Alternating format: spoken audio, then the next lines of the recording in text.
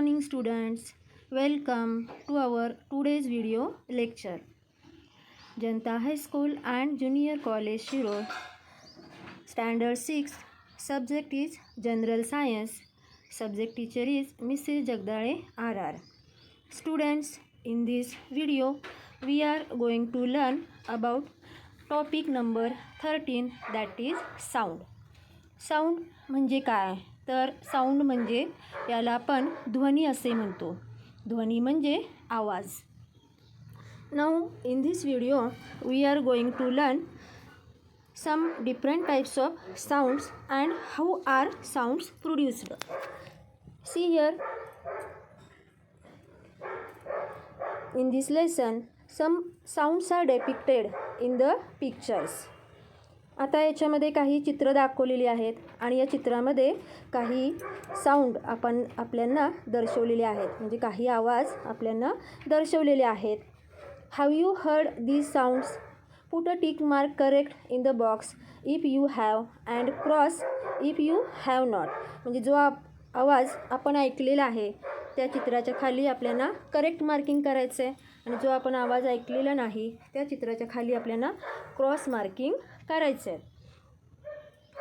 बघा, see in the first picture one girl is singing.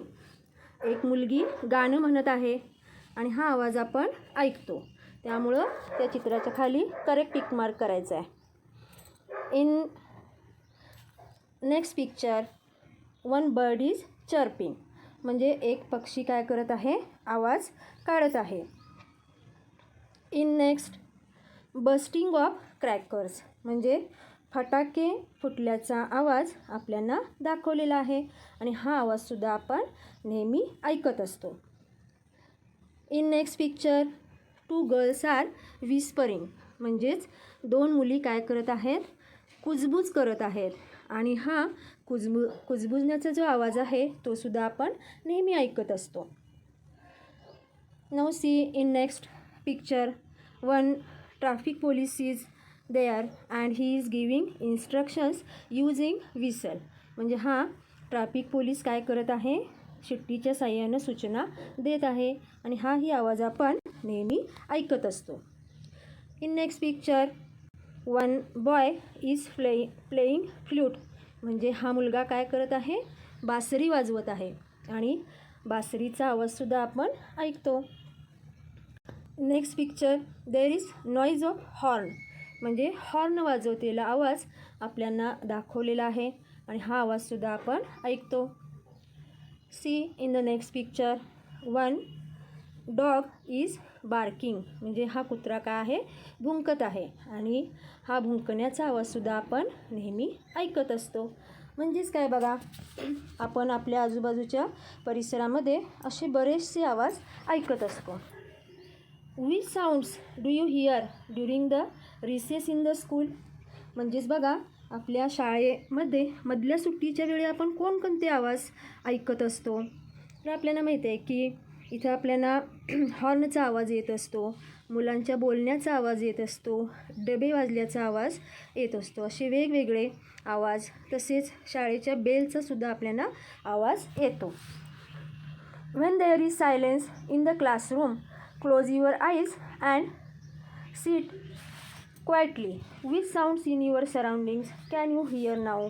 आता बघा, वर्गामध्ये ज्यावेळी शांतता असते त्यावेळी डोळे मिटून शांत बसायचं आहे आणि आसपासचे कोणकोणते आवाज त्यावेळेस आपल्याला ऐकू येतात. तर आपण वर्गामध्ये शांत बसल्यानंतर आपण काळजीपूर्वक ऐकले तर आपल्याला बारीक सारीक कुजबुजण्याचे आवाज येतात. एखाद्याची वही ओढून घेतलेली किंवा डबा वाजलेला, कंपास वाजवलेले जे आवाज आहेत ते आपल्याला ऐकायला येतात. Prepare a common list of all these sounds and discuss them. आणि अशा पद्धतीने जे आवाज आपण वरचेवर ऐकत असतो तर याची एक कॉमन लिस्ट बनवायची आहे आणि त्याच्यावरती students now we are going to learn about how are sounds produced. म्हणजे हा जो ध्वनी आहे तो कसा निर्माण होतो. Now some examples are given here. When a song is being played on a radio or a music system in the house, place your hand on its speaker what do you feel? Put off the music. What do you feel now? बघा, म्हणजेच आपल्याला काय करायचं आहे, तर आपल्या घरामध्ये जेव्हा रेडिओ किंवा टेप रेकॉर्डर चालू असतो त्यावेळेस त्यावरती हात लावून बघायचा आहे आणि हा रेडिओ बंद झाल्यानंतरसुद्धा त्यावरती हात लावून बघायचा आहे. तर आपल्याला काय जाणवेल? तर आपल्याला माहिती आहे की ज्या वेळेस रेडिओ किंवा टेप चालू असतो त्यावरती जर तुम्ही हात ठेवला तर त्यामध्ये काहीतरी आपल्याला हालचाल जाणवते. म्हणजेच हा रेडिओचा जो पडदा आहे त्याच्यामध्ये कंपनं आपल्याला जाणवतात आणि ज्यावेळेस हा रेडिओ बंद होतो त्यावेळेस ही कंपनंसुद्धा काय होतात? गायब होतात. Now see next example. Now we have to take a rubber band. म्हणजे एक रबर बँड घ्यायचा आहे आणि तो काय करायचा आहे? स्ट्रेच करायचा आहे. As shown in the picture, जसं चित्रामध्ये आपल्याला दाखवलेलं आहे त्या पद्धतीनं तो रबर काय करायचं आहे? आपल्याला स्ट्रेच करायचा आहे, ताणायचा आहे. Plug the stretched band. Apart from the movement of the rubber band what else did you notice?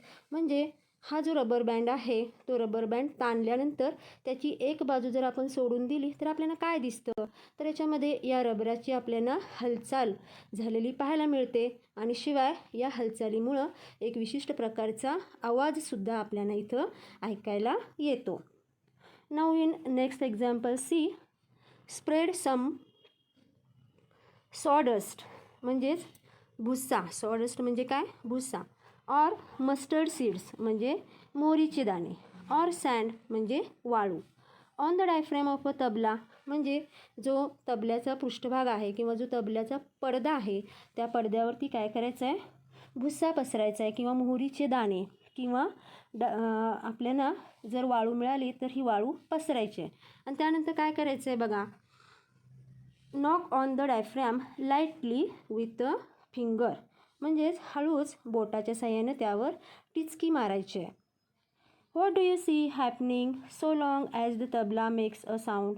What happens when the sound stops? आवाज होत असेपर्यंत काय दिसते आणि आवाज बंद झाल्यावर काय दिसते? ज्या वेळेस आपण टिचकी मारतो त्यावेळेस जो आवाज निर्माण होतो त्या आवाजामुळं हे मोहरीचे दाणे किंवा जे वाळूचे कण आहेत तर ते व्हायब्रेट झालेले, त्यांची हालचाल झालेली आपल्याला पाहायला मिळते आणि ज्यावेळेस आवाज थांबतो त्यावेळेस त्यांची ही हालचालसुद्धा थांबलेली आपल्याला पाहायला मिळते. What do we understand from these observations? तर आता याच्यामध्ये आपण 3 उदाहरणं पाहिलेली आहेत.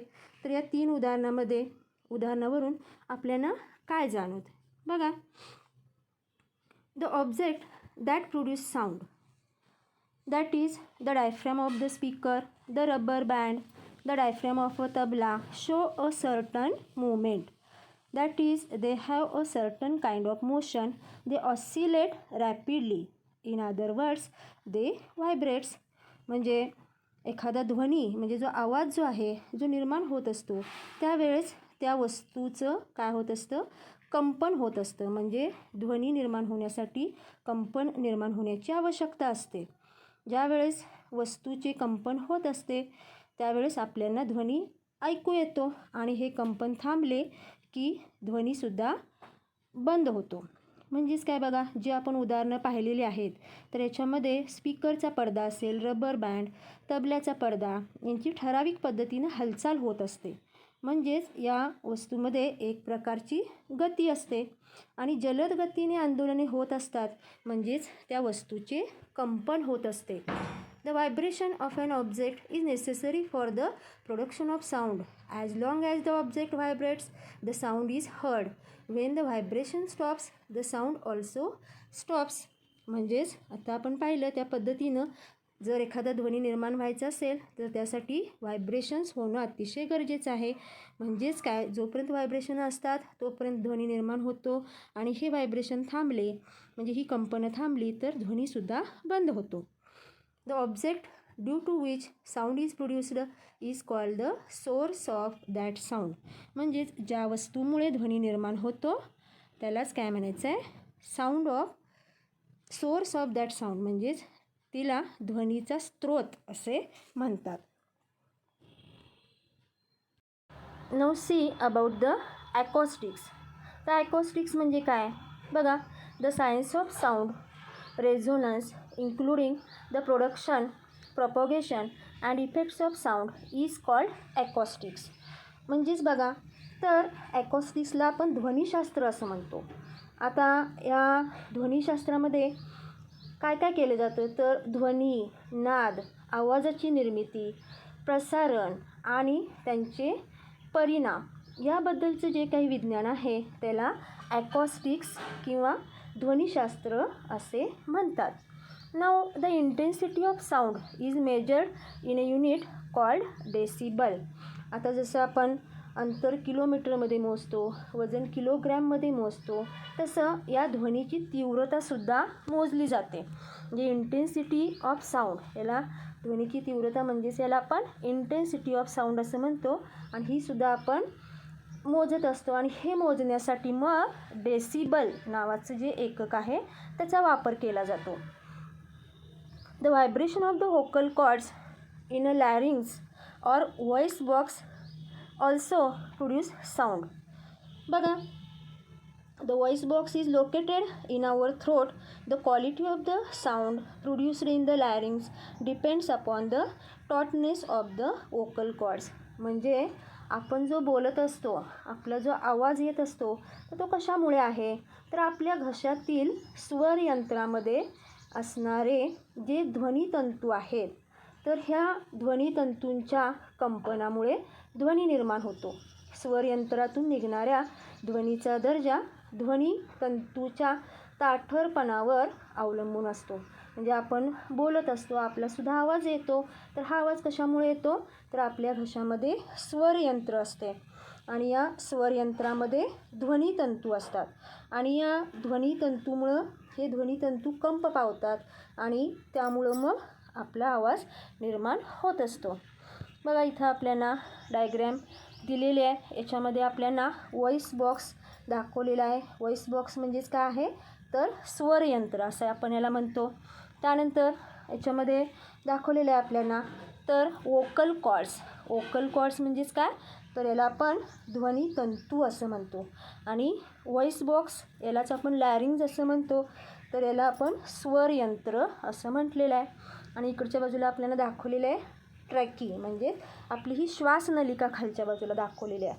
तर आता याच्यामध्ये आपल्याला कोणकोणते पार्ट दाखवलेले आहेत, कशामुळं आपला जो आवाज आहे तो कशामुळे येत असतो, तर आपली जी श्वासनलिका आहे त्याच्या वरच्या बाजूला काय आहे, व्हॉइस बॉक्स आहे, स्वरयंत्र, त्याला लॅरिंग्ज असं म्हटलेलं आहे. आणि त्याच्यामध्ये काय आहेत, वोकल कॉर्ड्स. वोकल कॉर्ड्स म्हणजेच याला आपण काय म्हटलेलं आहे, स्वरतंतू असं म्हटलेलं आहे. आणि हे स्वरतंतू कंप पावतात आणि त्यामुळं मग आपल्याला आवाज आपला येत असतो. Students, in this video we learn different types of sounds and also how sound is produced. In next video we will learn about how sound is heard to us and about the propagation of sound and also about the noise pollution. Thank you, students.